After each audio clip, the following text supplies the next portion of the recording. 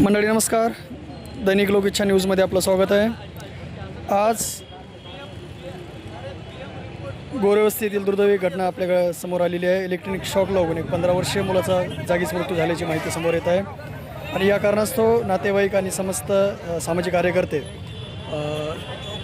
शवविच्छेदन कक्ष जिल्हा या ठिकाणी मृतदेह देखील आहे त्या तरुणाचा। आमचा आरोप आहे की पोलीस कंपनीला वाचवण्याचा प्रयत्न करते। एका बापाचं लेकरू या ठिकाणी केलेलं आहे। त्या डिग्रीच्या खाली जर तुम्ही बघितलं तर सगळ्या रक्ताचा सडा आहे आणि तुम्ही आम्हाला कायद्यावर बोट ठेवून सांगता की आम्ही 14 दिवस चौकशी करू। आमचं एवढं म्हणणं आहे की कायद्याप्रमाणे फक्त इन्फॉर्मेशन मुलाच्या बापाची घ्यावी आपण आणि त्यानुसार संबंधित जी कुठली कंपनी असेल, जी कुठले अधिकारी असतील, जे कुठले त्या ठिकाणचे कर्मचारी असतील त्याच्यावर सदोष म्हणून शोधाचा गुन्हा दाखल करावा।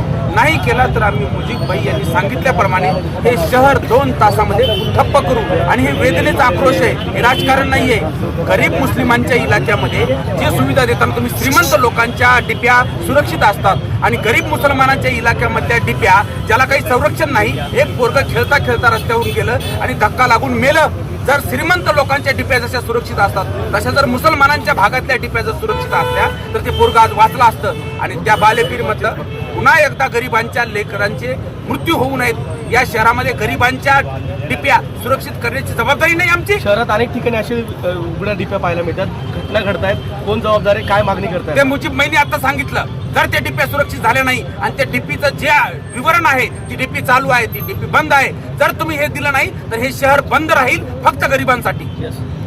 पर्यंत गुन्हा दाखल होणार आहे। आम्ही तुमच्या कर्मचाऱ्यावर विश्वास ठेवून थांबलो आणि तुम्ही आम्हाला सांगितलं की सकाळपर्यंत गुन्हा दाखल होईल। आता आमच्यावर गुन्हा दाखल करायला तुम्हाला 1 मिनिट सुद्धा वेळ नाहीये। तुम्ही काय म्हणले आम्हाला की आम्ही तुमच्यावर गुन्हा दाखल करू आणि त्यांना 15 घंटे तुम्ही त्यांना साधी नोटीस देत नाही। चौकशी हे पहा, जेव्हा एडी रजिस्टर होत असते तेव्हा त्याची चौकशी होते प्रॉपर, असं हे नाही